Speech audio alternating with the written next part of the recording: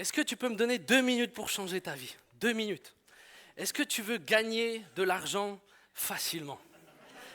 Est-ce que tu veux faire péter les 6K dès la première semaine? Est-ce que tu veux atteindre l'autonomie financière tout en restant assis dans ton canapé? Ok. Alors laisse-moi te donner mes 5 astuces pour atteindre cette vie-là. On connaît ces discours. Ils sont terribles. Il y en a d'autres, il y en a d'autres, il y en a d'autres. Tu veux perdre des kilos? Tu veux avoir le corps de Jason Momoa tout en mangeant tes chips, en faisant la collection des cartes de fidélité kebab de ta région? Alors laisse-moi te donner les 6 astuces approuvées par les plus grands diététiciens du monde. Plus c'est gros, plus ça place. Moi, ces pubs, je les ai jamais compris. Je me suis dit, mais c'est un truc de ouf, j'en vois partout. Il y a vraiment des gens qui se disent, oh, je peux vraiment être dans mon canapé, manger comme un sac et perdre du poids. Incroyable. Mais, il y en a une autre que je connais bien et qu'on connaît bien. Est-ce que tu veux la vie éternelle? Est-ce que tu veux voir ton nom inscrire dans le livre de vie sans rien faire? Continue à vivre ta best life, comme si tout va bien. Est-ce qu'on connaît ce discours aussi un petit peu? Discours approuvé par les plus grands révérends de ce siècle, ok? Abonne-toi, paie ta dîme, tout va bien. Les amis, on est une génération, on veut tout de suite. On veut tout de suite et surtout, on le veut sans effort. Je veux perdre du poids, mais j'ai pas envie d'aller à la salle. Je veux faire des thunes, mais j'ai surtout pas envie de travailler. Ça, c'est notre génération à fond. On est comme ça et on a rapporté ça dans l'église. On veut tout, on veut le beurre et l'argent du beurre. On veut les sous sans le travail, on veut le service sans les responsabilités. On veut le pardon sans la repentance. On veut la résurrection sans la mort. On veut la vie de Jésus-Christ sans perdre la nôtre. C'est vrai ou c'est pas vrai? Comment tu veux ressusciter si tu ne meurs pas au bout d'un moment? Comment tu veux recevoir la vie de Christ si au bout d'un moment, tu ne meurs pas à toi-même?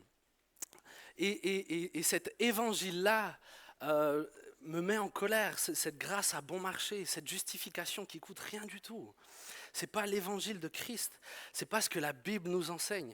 Et ce soir, je ne viens pas vous taper dessus, d'accord? Mais par contre, je vous aime trop pour vous laisser dans des faux raisonnements qui risquent sincèrement de vous conduire en enfer. La Bible, elle est tellement claire. Matthieu 7, versets 18 à 21. Un bon arbre ne peut pas porter de mauvais fruits, ni un mauvais arbre porter de bons fruits. Tout arbre qui ne produit pas de bons fruits est coupé et jeté au feu. C'est donc à leurs fruits que vous les reconnaîtrez. Ceux qui me disent « Seigneur, Seigneur » n'entreront pas tous dans le royaume des cieux, mais seulement celui qui fait la volonté de mon Père céleste. Vous savez, je crois de tout mon cœur, que c'est la foi qui sauve.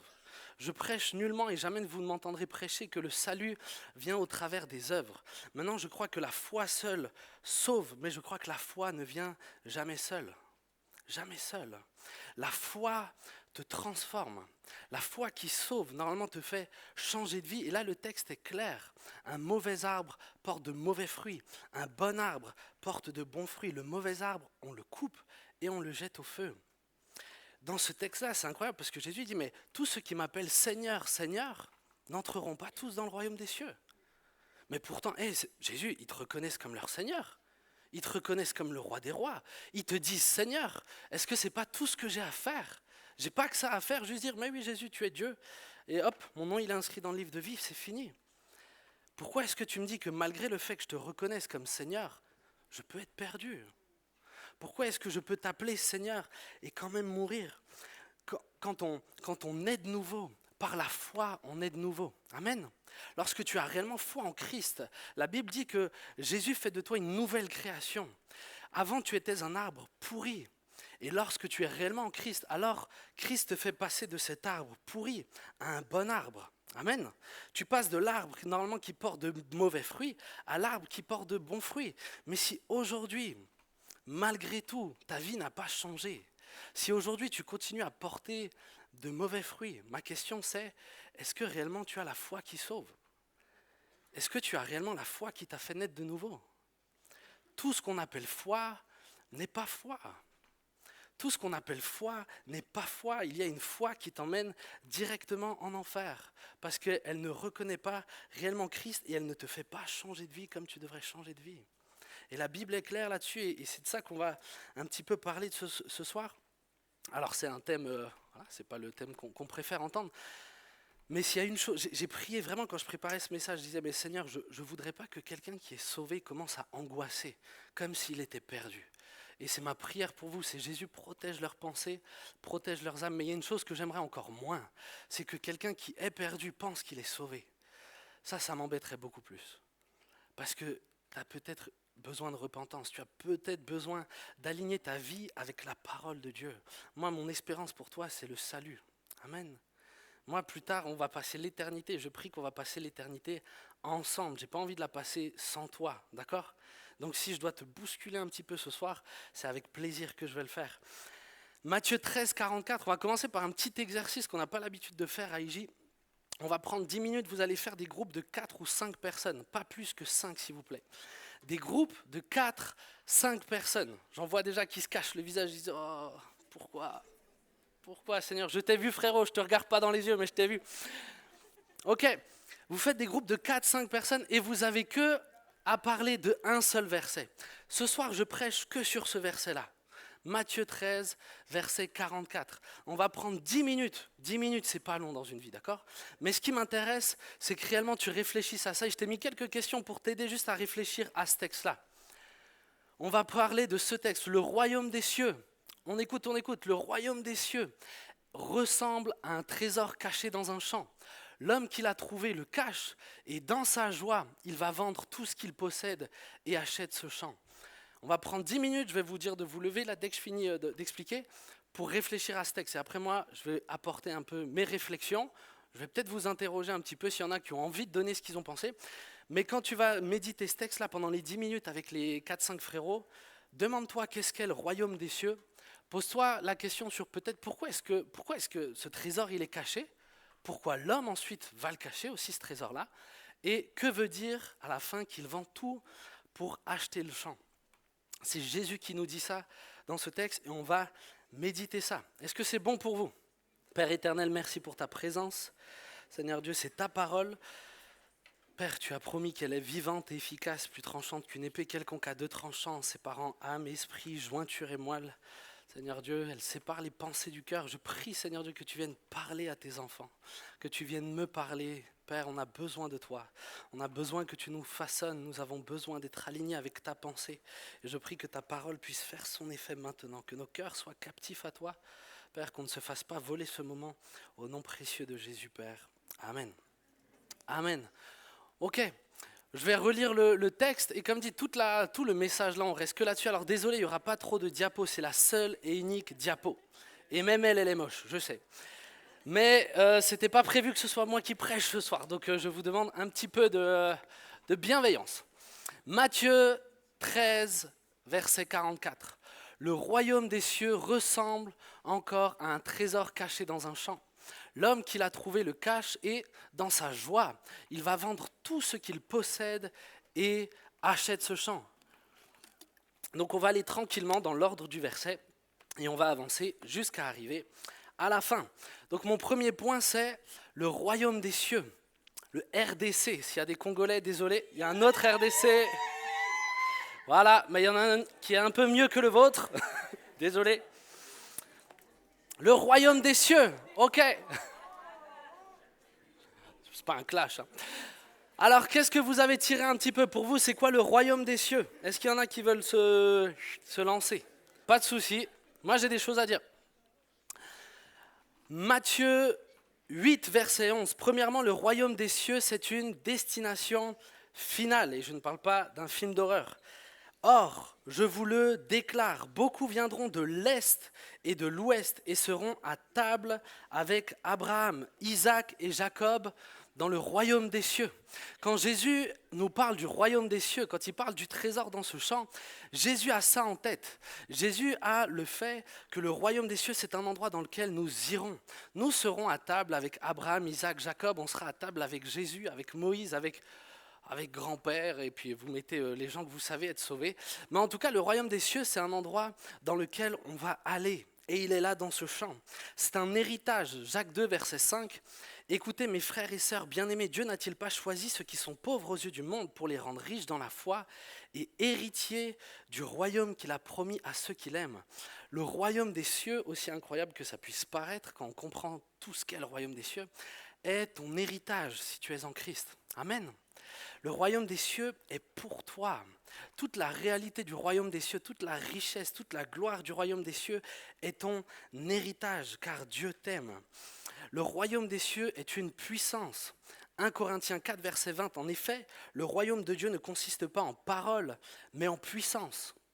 Le royaume de Dieu ne consiste pas en paroles, mais en puissance. Et là, j'ai quand même envie de te poser aussi une petite question. C'est quel genre de puissance est le royaume de Dieu dans ta vie? Le royaume de Dieu n'est pas des paroles. Le royaume de Dieu, c'est pas du blabla. C'est pas oui, Jésus, Seigneur, Seigneur. Ça, c'est pas le royaume de Dieu. Le royaume de Dieu, c'est une puissance. Est-ce que le royaume des cieux, est-ce que la réalité du royaume a bouleversé ta vie ou pas?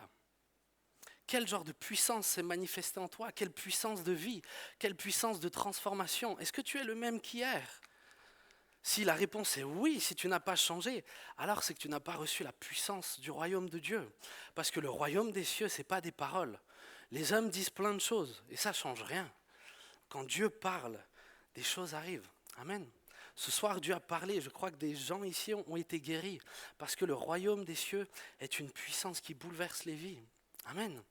C'est là, dans le champ, le royaume est une puissance. C'est un style de vie. Romains 14, verset 17.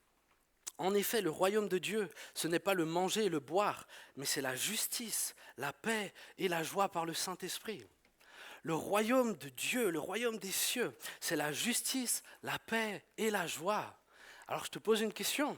Est-ce que ce qu'on voit majoritairement chez toi, et je précise majoritairement parce que la vie est faite de saisons, de hauts et de bas, mais est-ce que majoritairement on peut dire que ce qu'on voit chez toi, c'est quelqu'un qui est juste, quelqu'un qui est en paix et quelqu'un qui est joyeux? Ça, c'est le royaume des cieux. Ça, c'est le royaume des cieux. Le royaume des cieux, ce n'est pas une longue agonie. Ce n'est pas une tristesse sans fin. Le royaume des cieux, c'est une paix, c'est une joie. Ça, c'est le royaume des cieux. C'est ce qui est là, c'est ce trésor dans le champ. C'est une réalité qui accompagne de façon visible les disciples. Luc 10, versets 8 à 9. Dans toute ville où vous entrerez et où l'on vous accueillera, mangez ce que l'on vous offrira, guérissez les malades qui s'y trouveront, et dites-leur, le royaume de Dieu s'est approché de vous. Est-ce que le royaume de Dieu t'accompagne? Est-ce que le royaume de Dieu t'accompagne? Le royaume de Dieu, c'est une puissance, mais c'est une puissance qui se manifeste, et c'est une puissance salvatrice. C'est une puissance qui guérit, c'est une puissance qui restaure, c'est une puissance qui chasse les ténèbres. Est-ce que tu peux dire dans ta vie, hey, je sais que j'ai ce trésor-là parce que je vois ce fruit-là m'accompagner? Est-ce que c'est le cas ou pas? Est-ce que c'est le cas ou pas? Est-ce que tu peux dire qu'il y a cette vie-là qui t'accompagne? Est-ce que les malades sont guéris? Est-ce que tu pries pour les malades?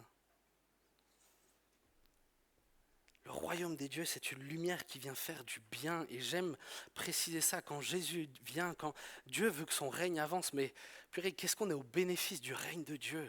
Quand Dieu vient quelque part, quand il prend autorité, quand son règne vient, la paix arrive, la joie arrive, les vies brisées sont restaurées. C'est une des choses qui m'a marqué durant ce week-end, c'est on a eu la grâce d'avoir des temps de cœur à cœur, mais tellement d'entre vous, vous avez vécu des choses difficiles. Vous avez des réalités difficiles, des contextes difficiles. Et si vous en avez des difficiles, vos amis, les gens dans vos classes, les gens dans vos écoles aussi vivent des réalités difficiles. Jésus est leur solution. L'évangile est leur solution. La puissance du royaume des cieux est leur seule solution. Est-ce qu'elle t'accompagne? Est-ce que tu la véhicules? Est-ce que tu as ce trésor-là? Ou est-ce que ce n'est que des mots? Est-ce que c'est que des mots? Mon petit 2, on continue dans le texte. Donc le royaume des cieux ressemble encore. Donc je fais un petit point là-dessus, mais quand Jésus dit ressemble, on est d'accord, il n'est pas en train d'essayer de nous décrire à quoi ressemble le paradis. D'accord? On est d'accord avec ça? Jésus ne vient pas nous décrire quel genre d'arbre il y aura, quel genre de pierre précieuse ou je ne sais pas quoi. Jésus, quand il nous parle déjà du royaume, quand il dit ressemble, déjà ça nous donne une indication, c'est que l'exemple reste partiel. Tu n'as pas tout compris du royaume des cieux juste avec ce texte-là, d'accord? Et d'ailleurs, quand tu lis Matthieu, Jésus va donner beaucoup d'images pour parler du royaume des cieux. Et je t'encourage à les lire. Plus tu les lis, plus tu les connais, plus tu auras une image juste de ce qu'est le royaume. Mais quand il parle du royaume, quand il décrit le royaume, il nous décrit des fonctionnements du royaume. Amen. Il nous décrit des principes spirituels. Nous, les principes spirituels, on ne les connaît pas. Qui de vous a déjà été au ciel? Voilà, ça me rassure. On ne connaît pas le monde spirituel. On ne connaît pas. Donc Jésus va donner des exemples de la vie courante, des exemples compréhensibles pour que nous, qui ne connaissions rien au royaume des cieux, aux réalités spirituelles, aux réalités célestes, il nous donne des exemples qu'on peut comprendre, qu'on peut appréhender pour comprendre le fonctionnement du royaume des cieux. Quand Christ nous dit que le royaume des cieux ressemble à ça, il est vraiment en train par contre de vraiment nous donner des indications claires sur le fonctionnement du royaume. Amen. Tu as besoin de comprendre ce qu'il dit là. Plus tu vas le comprendre, plus tu vas comprendre les réalités spirituelles. Et ce sont les réalités spirituelles qui influencent les réalités visibles. Amen. C'est pas l'inverse, hein. C'est pas le monde physique qui influence le monde spirituel. Hein. C'est le monde spirituel qui influence le monde physique. On a besoin de comprendre le monde spirituel. Je continue. Je ne sais plus où j'étais. Il ressemble à un trésor. Est-ce que vous avez quelque chose à dire là-dessus? Quand même. Ouais. Ouais, Matt? Ça a de la valeur? Excellent. Moi, c'est une première chose que je me dis. Hein. Un trésor, techniquement, définitive. Enfin, je n'ai pas la définition du trésor, je ne suis pas allé chercher. Mais on est d'accord pour dire que normalement, un trésor, bah, ça vaut quelque chose, quoi. On est d'accord? Si je te dis, hey, j'ai un trésor pour toi, tu t'attends pas à recevoir un truc éclaté, non? C'est un trésor. C'est le truc qu'on cache, c'est le truc pour lequel on se bat. C'est dans cette direction-là, je pense que tu allais. Mais le trésor, c'est quelque chose de précieux. Jésus, il est en train de dire, hey, le royaume des cieux, c'est quelque chose de précieux. On va voir après que c'est dans un champ, mais Jésus, il n'a pas dit, hey, le royaume des cieux, c'est comme une grosse patate dans un champ. Hein, il a dit, hey, c'est un trésor dans un champ. Et ma question pour toi, c'est la suivante. C'est, est-ce que le royaume des cieux, pour toi, est un trésor? Est-ce que tu chéris les réalités bibliques? Moi, c'est David, le roi David, il m'impressionne. Combien il aimait la parole. Le matin, je me lève, je me nourris de ta parole. Le soir, je médite tes pensées. Qu'est-ce que j'aime ta parole. David, il n'arrêtait pas avec ça. Moi, je me dis, des fois, moi, la parole, faut y aller.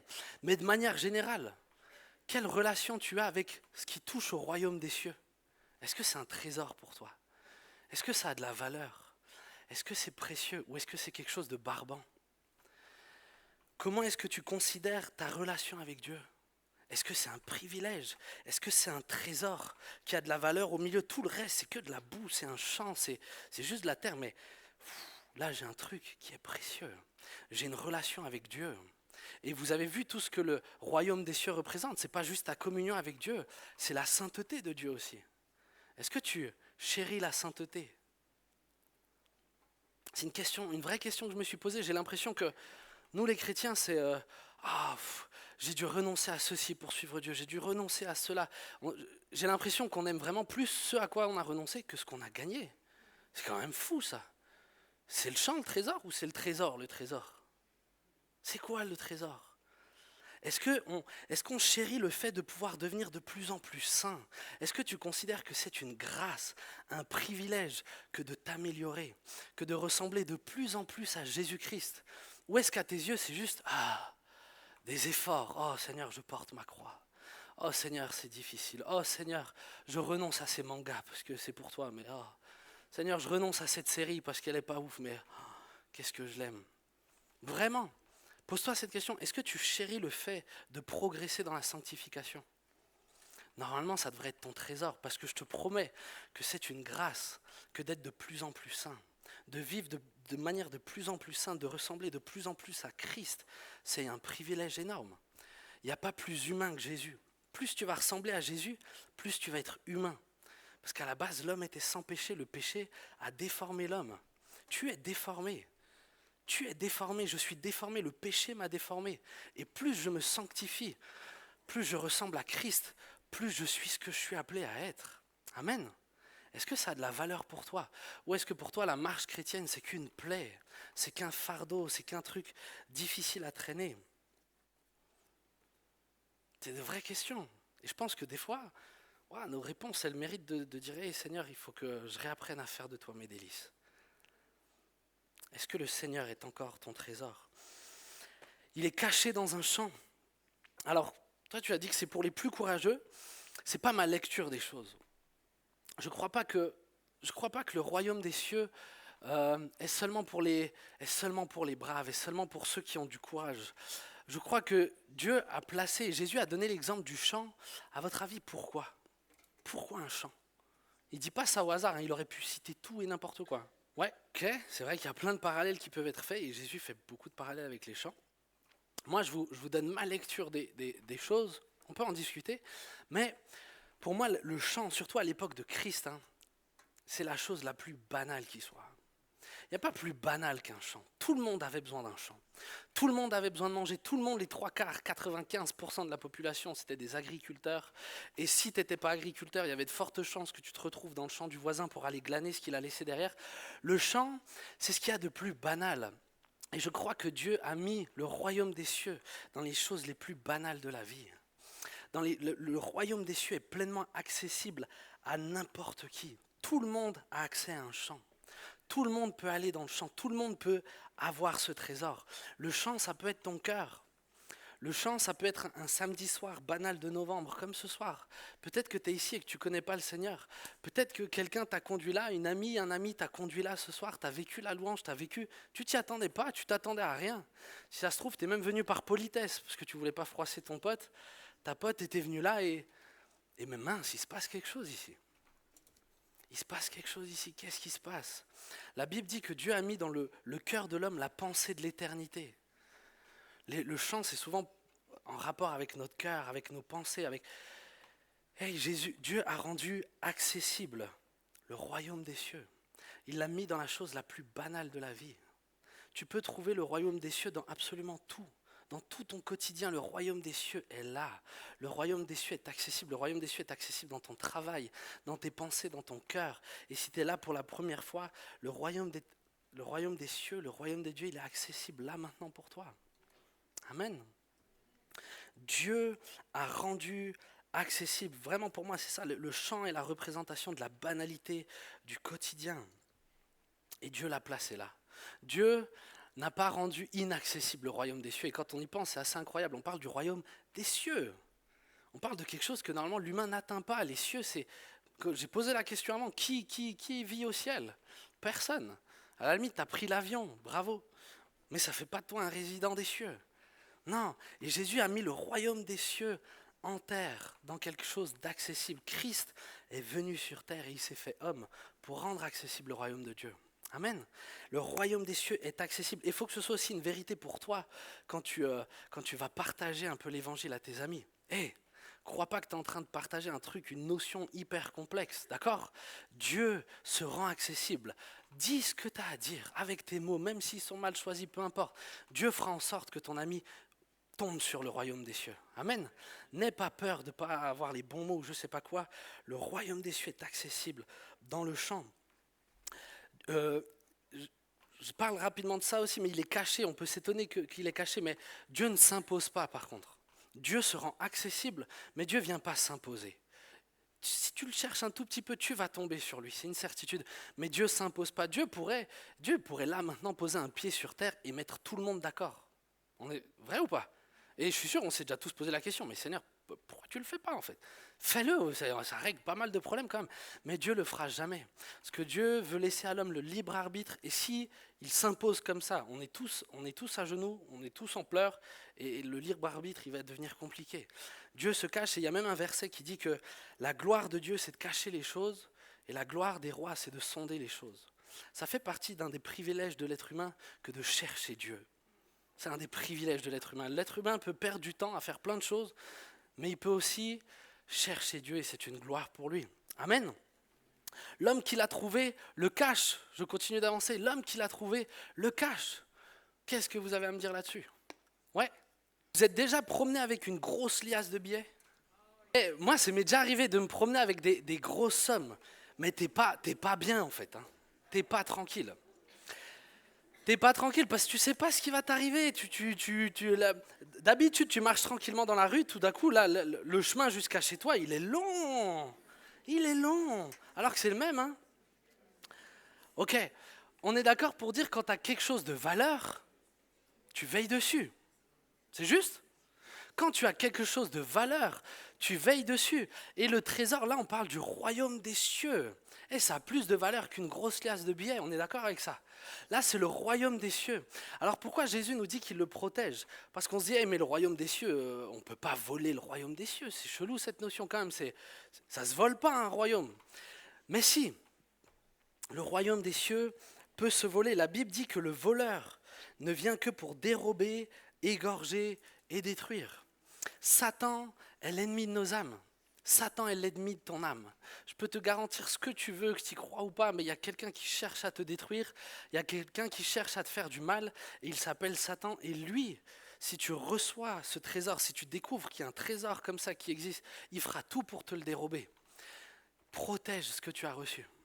Protège le trésor. Comme dit, peut-être que ce soir, c'est la première fois que tu entends l'évangile. Protège le dépôt qui est en train de venir sur ton cœur. Protège ce que Dieu a semé. Comment est-ce qu'on le protège? Peut-être on ne va pas laisser tout le monde donner son avis sur ce que j'ai vécu. Parce que des fois, tu as vécu quelque chose, tu dis c'est incroyable, tu vas en parler à tes amis, ouais, mais peut-être, attends, réfléchis quand même, parce que c'est peut-être pas vraiment ce que tu crois. Et à force de réflexion et à force de doute, mais tu finis par perdre ce que tu avais reçu. Dieu te dit, et Jésus te dit, mais le trésor que tu as reçu, le royaume des cieux, faut le protéger parce qu'il peut être volé.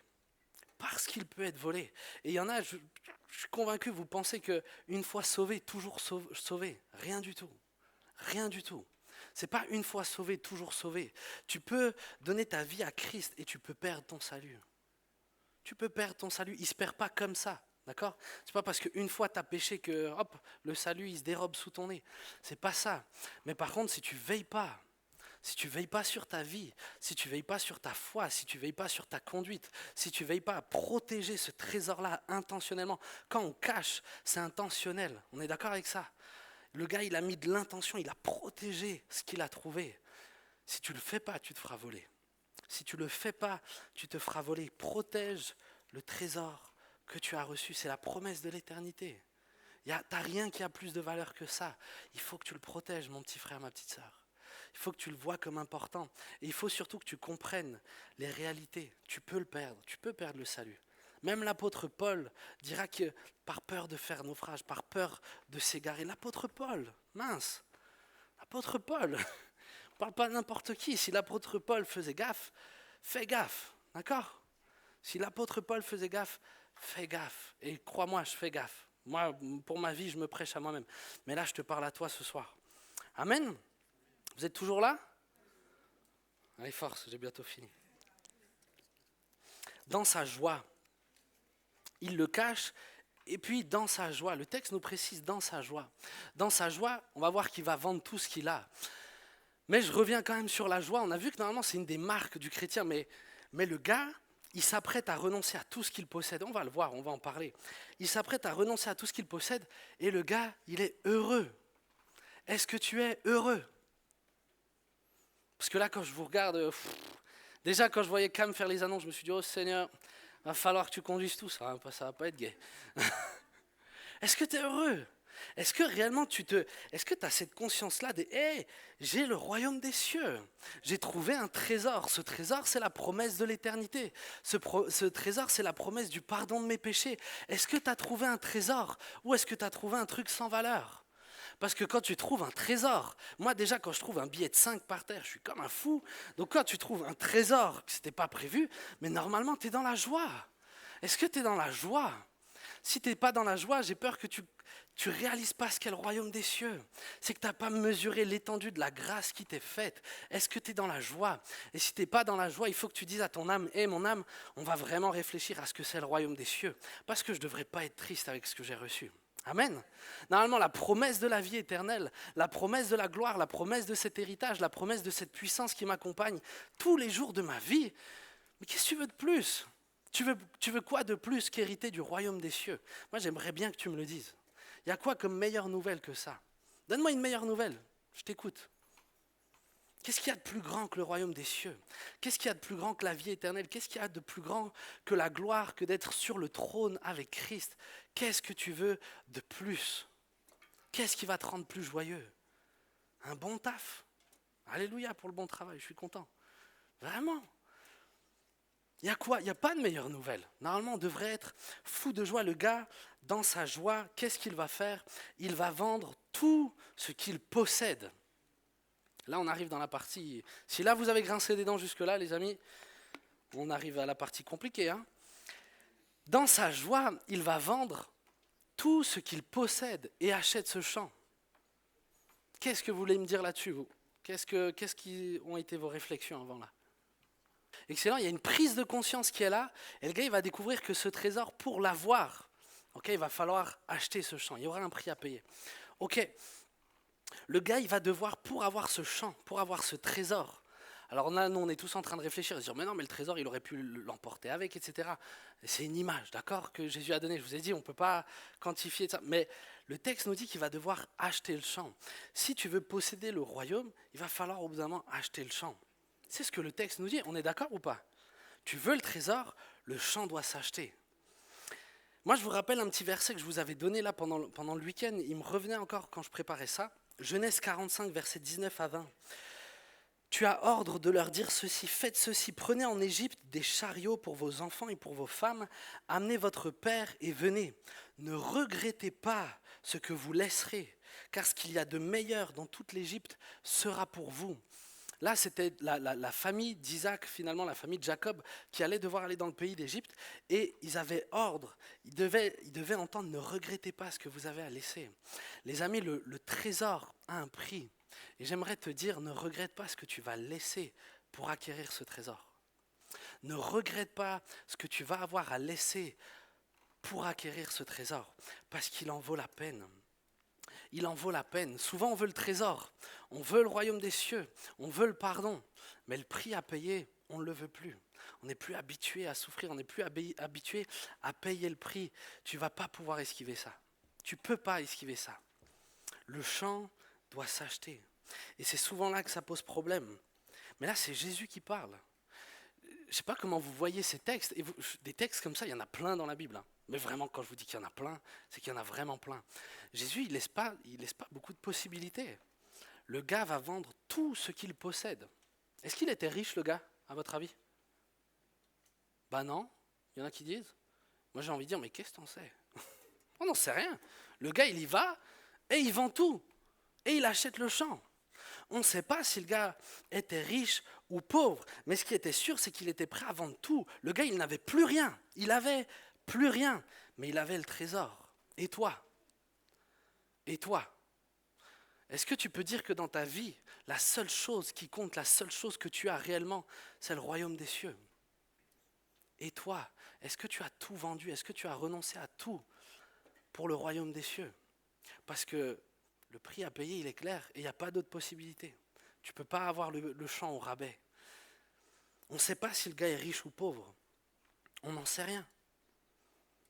Peut-être que le gars était riche et dans ce cas-là, le champ a été cher. Peut-être qu'il était pauvre et dans ce cas-là, c'était tout ce qu'il avait. Mais le gars a dû donner tout ce qu'il avait. Luc 14, versets 33-34. Ainsi donc, aucun de vous, à moins de renoncer à tout ce qu'il possède, ne peut être mon disciple. Le sel est une bonne chose, mais si le sel perd de sa saveur, avec quoi la lui rendra-t-on? Il n'est bon ni pour la terre, ni pour le fumier. On le jette dehors. Que celui qui a des oreilles pour entendre, entende. Tu ne peux pas être le disciple de Christ si tu ne renonces pas à tout. Je ne sais pas jusqu'à aujourd'hui comment tu as avancé dans ta vie chrétienne. Je ne sais pas comment tu te positionnais par rapport au fait de suivre Jésus. Mais tu ne peux pas être disciple si tu ne renonces pas à tout. Tu ne peux pas être disciple si tu ne renonces pas à absolument tout. Parce qu'un disciple qui dit être disciple et qui suit Jésus et qui ne renonce pas à tout, Jésus dit mais c'est du sel qui n'a pas de saveur. Un sel qui n'a pas de saveur, il ne sert à rien. Le but de Dieu pour ta vie, c'est pas que tu serves à rien. Le but de Dieu pour ta vie, c'est que tu aies de la saveur. C'est bon pour toi de renoncer à tout parce que tu auras de la saveur. Amen. Et Jésus a renoncé à tout. Ça ne veut rien dire de vouloir être le disciple de Christ, de l'homme de douleur, de celui qui s'est fait souffrance pour le salut des autres, de celui qui a renoncé au royaume de Dieu, sans choisir nous-mêmes de renoncer à tout. Non ? Ça n'a pas de sens de dire je veux ressembler à cet homme, par contre tout ce qu'il a fait, je veux bien pas le faire, quoi. Ça n'a aucun sens. Si tu veux être le disciple de Christ, alors tu dois agir comme il a agi lui-même. Je vous le répète, comprenez pas mal ma prédication. Mon but, c'est pas de te faire peur. Mon but, c'est pas de te faire douter de ta foi. Mais je crois vraiment que beaucoup vous pensez être sauvés, alors que vous ne l'êtes pas. Moi, je ne suis pas Dieu. Celui qui juge, ça sera Dieu. J'en sais rien. Il n'y a que lui qui sait quel nom est inscrit dans le livre de vie ou pas. Mais ce que je sais, c'est ce que la parole de Dieu dit. Ça, je connais la parole, en tout cas en partie. Et la parole de Dieu, elle est claire. Jean 15,2, tout sarment qui est en moi, c'est Jésus qui parle, hein, tout sarment qui est en moi, qui dit hey, je suis en Christ. Tout sarment qui est en moi et qui ne porte pas de fruits, il l'enlève. Il parle de Dieu. Il l'enlève. Et tout sarment qui porte de fruits, il le taille, afin qu'il porte encore plus de fruits. Pendant que l'équipe de louange, Judith, si tu veux venir au piano tranquillement. Jésus, il est clair. Nous, souvent, on croit que parce qu'on dit hey, je suis à Christ, Jésus est Seigneur, je ne sais pas pourquoi, mais on a cette conception que le fait de dire ça nous sauve. Ces textes-là nous disent hey, ça ne suffit pas. On est d'accord ? Le texte dit on peut être un sarment, on peut dire qu'on est en Christ, et pourtant on ne porte pas de fruits. Et si tu ne portes pas de fruits, Dieu te coupera et il te jettera au feu. Est-ce que vous êtes là ? Ouais ? Est-ce que vous avez conscience de ces réalités-là ? Je vous l'ai dit dès le début de mon message, mon but, c'est qu'on soit tous ensemble au ciel pour l'éternité. Amen. J'ai pas envie de passer l'éternité sans toi. Moi, je suis censé être ton berger. Le berger, il emmène ses brebis dans des pâturages où il y a de quoi manger. Mais j'ai surtout pas envie que tu te confortes dans une vie qui n'est pas la vie, dans une vie qui t'emmène pas vers l'éternité. La vie avec Christ te demande de porter du fruit. Et pour porter du fruit, le seul moyen d'avoir de la saveur, c'est d'absolument tout donner. Donc, qui est le centre de ton histoire ? Est-ce que tu es le personnage principal de ton histoire ? C'est une question à te poser. Pose-toi cette question quand tu réfléchis à ta vie, quand tu réfléchis à ton futur. C'est vraiment un bon exercice. Est-ce que ce qui vient dans ta tête, c'est tes projets ? Ah, plus tard, je veux faire cette carrière-là. Ah, plus tard, je veux ça, je veux ceci, je veux une famille, je veux des enfants, plus tard. Est-ce que quand tu penses au futur, tu penses toujours qu'à toi ? Est-ce que tu es le personnage principal ? Est-ce que tu es le héros de ta vie ? Parce que si c'est le cas, il y a un problème. Le héros, c'est Jésus-Christ. La Bible dit, c'est plus moi qui vis, c'est Christ qui vit en moi. Est-ce que c'est ta réalité ? Est-ce que c'est ta réalité ? Moi, je vous garantis, une de mes prières, c'est Seigneur, je m'en fiche. Mon but, c'est pas de devenir pasteur, mon but, c'est pas de devenir évangéliste, mon but, c'est même pas de gagner des âmes, mon but, c'est de faire la volonté de mon Père qui est au ciel. Amen. Est-ce que c'est ton but ? Est-ce que ton but, tu peux dire, mais Seigneur, je peux humainement tout rater, mais si je fais ta volonté, ça va bien. Seigneur, si tu veux pour ma vie que je sois pauvre, alors je serai pauvre avec joie, parce que je veux faire ta volonté. Si ta volonté, c'est que je souffre pour ton nom, alors je souffrirai avec joie, parce que je veux faire ta volonté. Est-ce que ton but, c'est de faire la volonté du Père ou pas ? Est-ce que tu as réellement renoncé à ta vie pour recevoir la vie de Christ, cette vie qui donne tout ou pas ? Et je nous rappelle les textes, si tu ne le fais pas, j'aimerais pas que tu te fasses d'illusions sur où tu vas. Parce que c'est pas les œuvres qui sauvent, mais ça prouve juste que tu n'as pas réellement foi dans ce que dit la Bible. Jésus cherche des hommes et des femmes qui donnent tout pour lui. Et tu ne le regretteras pas, je vous l'ai dit, plus tu ressembles à Christ, plus tu es ce que tu dois être. Jésus te demande de renoncer à tout parce que c'est ce qu'il y a de meilleur pour toi. Amen. plus tu renonces à toi et plus tu reçois ce que Christ te donne, mais plus tu seras joyeux, plus tu seras dans la paix, plus tu auras une vie qui a du sens, qui porte du fruit et tu auras l'éternité pour te réjouir. Amen. Alors je sais que pour certains vous dites mais waouh, le prix du chant il est cher quand même. Tout donner ça fait beaucoup. Tu peux commencer à jouer tranquillement. Tout donner ça fait cher payer quand même. Tout, ça laisse pas de marge quoi. Je peux même pas laisser un petit à côté quoi. C'est vraiment tout. Moi ce qui m'étonne c'est l'inverse, c'est que le royaume des cieux est accessible à tout le monde. Toi tu trouves que c'est cher, mais je l'ai dit, on ne sait pas si le gars était riche ou pauvre. Peut-être que le gars était riche et ça lui a coûté beaucoup, mais il reçoit quoi? Il reçoit le royaume des cieux, il reçoit la vie éternelle, il reçoit le pardon de ses péchés, il reçoit la gloire, il reçoit une promesse d'une éternité dans la majesté avec Dieu. C'est déjà assez incroyable. Peut-être que le gars était riche, mais peut-être que le gars était pauvre. Peut-être que le gars il n'avait pas grand-chose à donner, c'était suffisant. C'était suffisant. Toi, tu trouves que c'est cher. Moi, ce qui m'étonne, c'est que c'est accessible à tout le monde. Le royaume des cieux est accessible à tout le monde. La seule chose que tu as besoin, c'est de renoncer à tout. À tout. Mais c'est accessible. Ça te demande tout, mais c'est accessible. Peut-être que tu mènes une vie et tu dis, mais moi, j'ai vraiment pas grand-chose à donner. Et Dieu te dit, ça suffit. C'est suffisant. Je ne te demande pas plus. Je te demande pas ce que tu n'as pas, je te demande pas ce que tu peux pas donner. Je te demande ta vie, je te demande ton cœur, je te demande ton âme, je te demande tes pensées. Ça me suffit. Certains trouvent que c'est cher, moi je trouve que c'est étonnamment accessible. Et encore, je trouve qu'on ne mesure pas. Si je te disais, renonce à tous tes biens et en contrepartie tu recevras tous les biens d'Elon Musk. Mais là, la plupart, vous êtes prêts à renoncer à tous vos biens. Parce qu'on comprend bien que là, on a beaucoup à gagner. Si je dois renoncer à mon compte bancaire entièrement pour recevoir entièrement le compte bancaire d'Elon Musk, je le fais direct. Est-ce que tu as conscience de ce que tu reçois en échange de ta vie? Jésus a donné ta vie pour que ça soit accessible. C'est pour ça que c'est une grâce. C'est pour ça que ça ne dépend pas de tes œuvres. Parce que juste avec tes œuvres, jamais de la vie tu aurais pu avoir le royaume des cieux. Il a fallu que Christ vienne. Il a fallu qu'il meure. Il a fallu qu'il vienne dans ce champ. Il a fallu qu'il répande sa vie pour que ça soit accessible. Mais maintenant, ta part, c'est tout donner. Est-ce que tu veux tout donner? Est-ce que tu comprends que tu as tout à gagner là-dedans? Est-ce qu'on pourrait fermer les yeux juste tranquillement?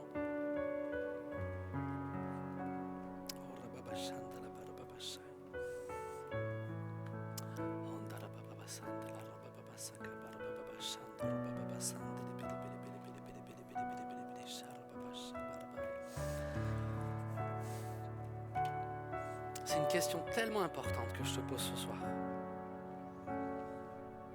Est-ce que tu es de ceux qui disent simplement Seigneur, Seigneur?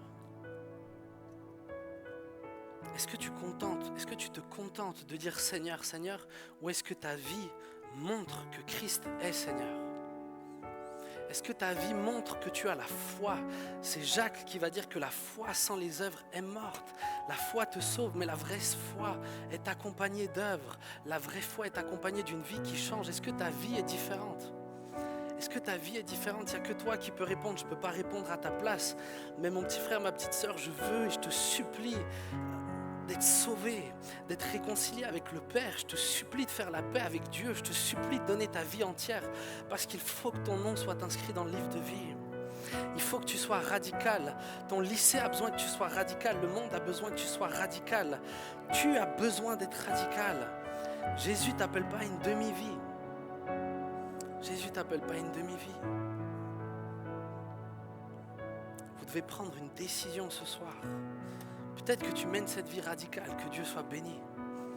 Mais peut-être que tu es là et tu dis, j'ai été léger jusque-là, j'ai cru que ce chant, j'avais juste à trouver le trésor, j'avais juste à dire Seigneur, Seigneur. J'aimerais faire un appel tout simple. Un appel tout simple, avant qu'on se lève, avant qu'on prenne un chant avec Judith, avant qu'on reconsacre nos cœurs. J'aimerais faire un appel si tu es là. Et que tu dis, moi Jésus, je veux te donner toute ma vie. Je veux te donner toute ma vie. Je reconnais que j'ai voulu le pardon sans changer de vie. Je reconnais que j'ai été léger. Mais aujourd'hui, je veux que ça change. Aujourd'hui, je veux tout te donner. Aujourd'hui, je veux être intransigeant. Aujourd'hui, je veux payer le prix à payer. Alors là où tu es, je t'invite juste à lever ta main. pour dire à Jésus, mais Seigneur, moi je me consacre. Amen. Jésus voit les mains, lève la main bien haut. N'aie pas peur de te consacrer à Christ. Jésus voit les mains qui sont debout. Les mains levées, lève ta main. Ta main levée, c'est la promesse de dire, Jésus, je vais vivre pour toi. Jésus, je vais être radical. Oh Seigneur Jésus, tu vois les mains qui sont levées. Seigneur Jésus, tu vois les mains qui sont levées. Je te prie de les aider, Seigneur Dieu, à mener cette vie-là. Combien c'est difficile des fois de renoncer à tout, Seigneur Dieu, combien des fois ça nous dépasse. Père éternel, bénis mes petits frères, mes petites sœurs qui veulent marcher avec toi. Père éternel, fais-toi une génération embrasée pour ton nom, une génération qui gagne des âmes, une génération qui paye le prix, une génération qui accepte son lot de souffrance dans notre génération afin de bénir les autres. Père éternel, tu as vu les mains. Tu as vu les mains, toi qui as levé ta main, commence à prier. Commence à dire à Jésus, Jésus, je te donne tout. Je te donne tout. Je te donne tout. Je ne sais peut-être pas comment le faire, mais je te donne tout. Je n'ai peut-être pas conscience de tout ce que ça représente, mais mon cœur désire tout te donner. Je veux tout te donner. Consacre-toi maintenant. Commence à prier. N'aie pas peur qu'on t'entende. N'aie pas peur qu'à côté, ils écoutent ta prière. Consacre-toi à Christ. Toi qui vis pour Jésus, reconsacre-toi. On a tellement besoin de s'engager, de se réengager encore et encore dans cette marche-là. Oh Seigneur Jésus, prends nos vies. Pardonne-nous nos légèretés, Père. Pardonne-nous d'avoir été légers. Pardonne-nous, Seigneur Dieu, d'être revenus tant souvent à des choses qu'on avait laissées de côté. Seigneur Dieu, pardonne nos fautes. Aide-nous à être changés, Seigneur Dieu. Aide-nous, Seigneur Dieu, à vivre cette repentance-là pleine et entière. Aide-nous à te donner nos cœurs, nos pensées, nos finances. Aide-nous, Seigneur Dieu, à te donner nos rêves, nos projets, notre couple.